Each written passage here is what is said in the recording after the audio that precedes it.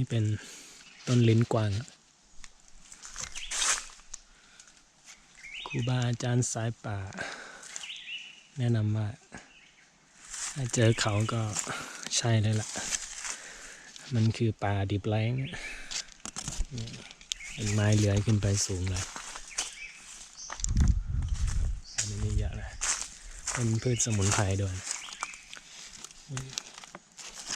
ลิ้นฟานหรือลิ้นกวางนะสัญลักษณ์ของป่าดิบแล้งสวัสดีเพื่อนๆทุกคนนะที่วิดีโอนี้อยู่ที่น้ำตกอลงกรณ์นะจะพามาสำรวจนกมีบางไพมากลางแล้วก็จะนั่งสัก 2-3 ชั่วโมงว่ามีอะไรลงก็อาทิตย์ที่แล้วได้มาสำรวจมาแล้วนะว่ามีจุดไหนที่พอจะมีนกลงมากินน้ำบ้างอาทิตย์ที่แล้วก็เจอตะกรองตัวหนึ่งนะครับเดินไปที่จุดกันครับผม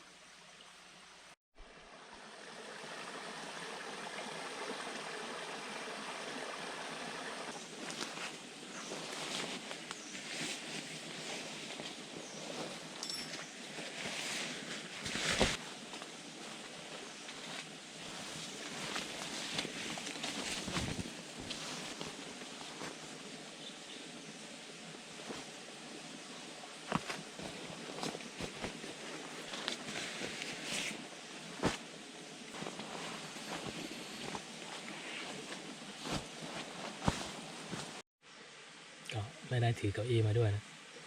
นั่งพื้นแล้วก็ใช้ผ้าปูรองนั่ง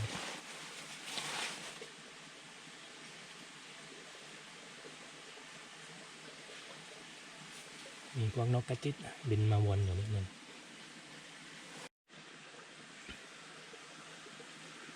มีนกตัวหนึ่ง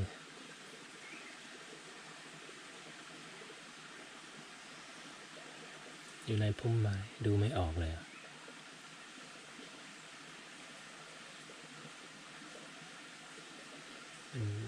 น่าจะเป็นจับแมลง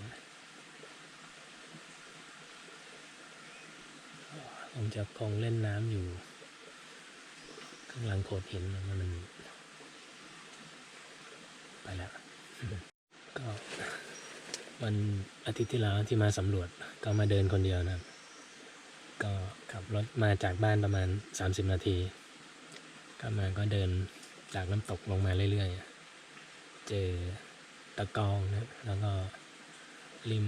ลำธารจากน้ำตกนะเราเจอ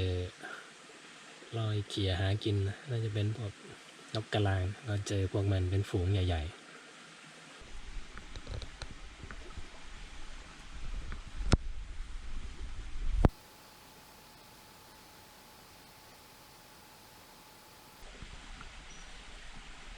ก็มีเสียงอยู่รอบๆนะก็จะหวังว่ามันจะมาลงตรงที่เราซุ่มรอนี่ถือว่ายากมากเปอร์เซ็นต์ที่จะมาลงก็มาลุ้นกันอาจจะบินผ่านมาก็ได้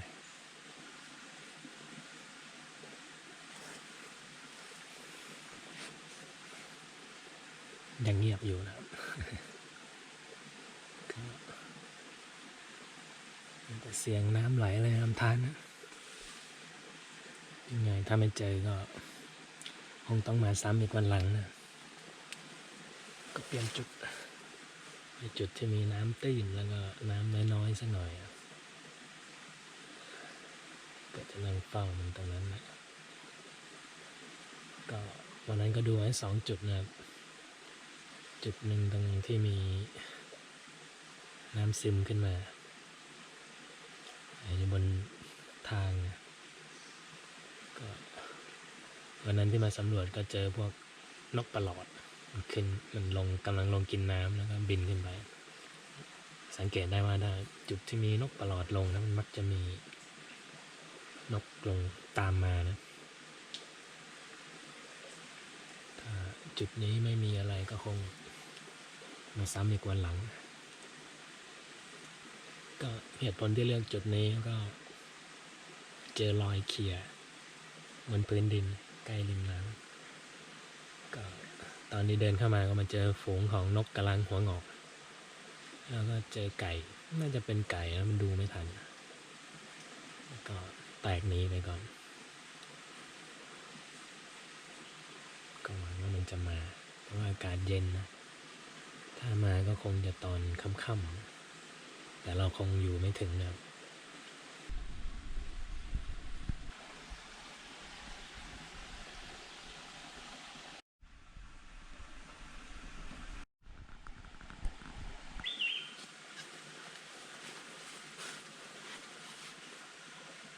มีเสียงนกประหลอดจะเป็นประหลอดเหลืองจุกดำฟังทางนี้จะผ่านมาไหมแค่นั้น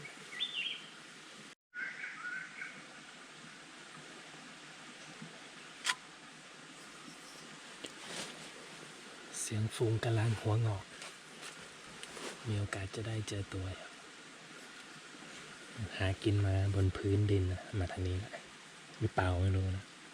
ถ้าเจอก็หวังว่าจะมาทางนี้นะ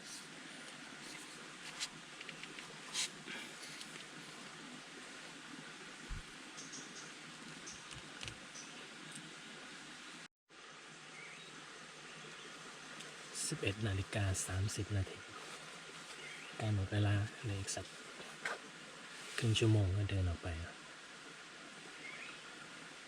เวลาผ่านไปเร็วมากเลย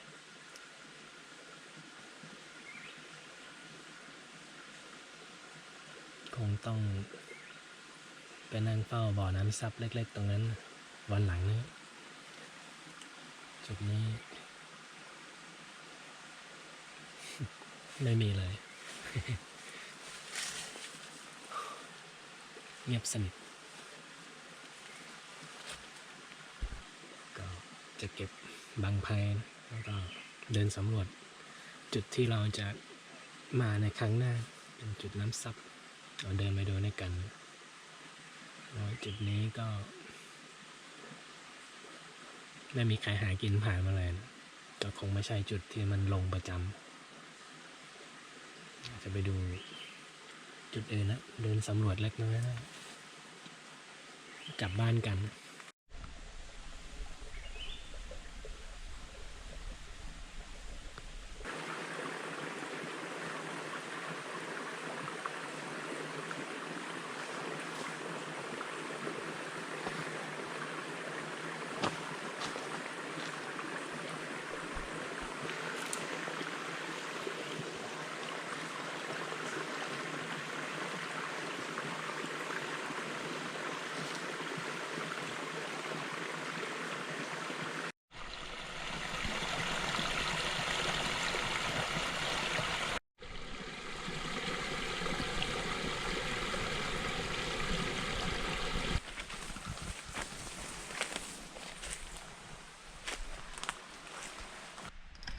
เดินไปดู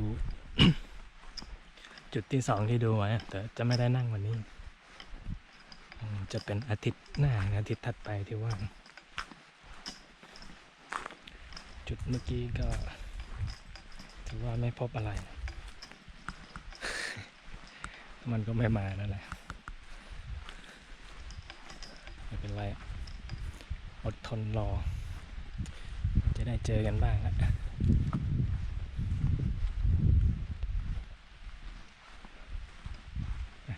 นกบินไปละ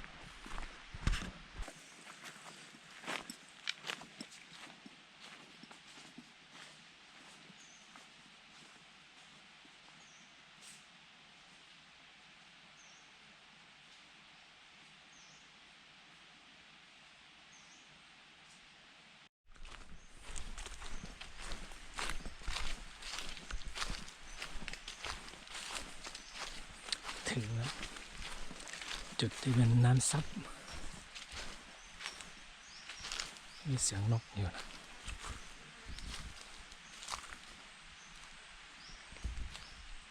ตรงนี้ฝั่งซ้ายมือเราเป็นป่าเฟิร์นนะ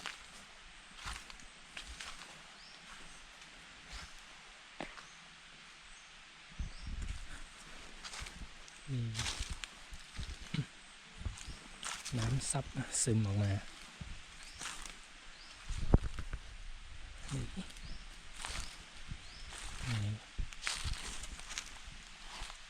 พอได้ลงเล่นตรงนี้เป็นป่าเฟิร์นมากนะ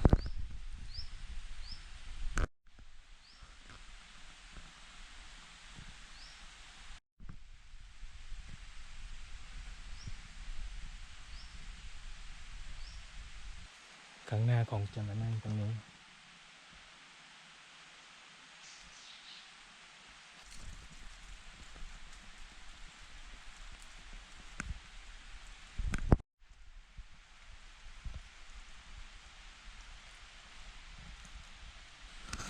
เอาไว้เป็นครั้งหน้ามันนั่งเฝ้าสำรวจด้วยกันอีกครั้ง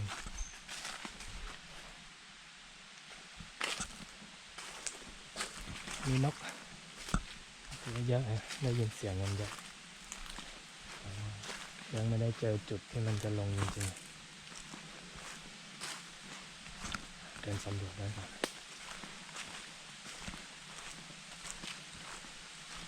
ดิบไลท์หวังว่าจะได้เจอหัวขวานมันลงกินน้ำต้นเต็งน้ำ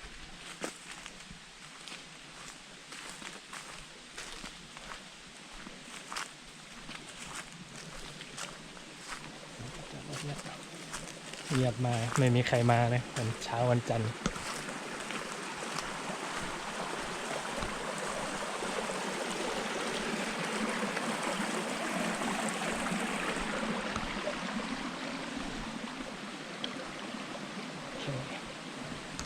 เราก็รอลุ้นกันวันหลังนะครับผมวันนี้ไม่ได้เจออะไรเลยนอกจากเก็บแค่บรรยากาศรอบๆที่มันสงบมากๆเราเจอกันใหม่คลิปหน้านะครับสวัสดีครับ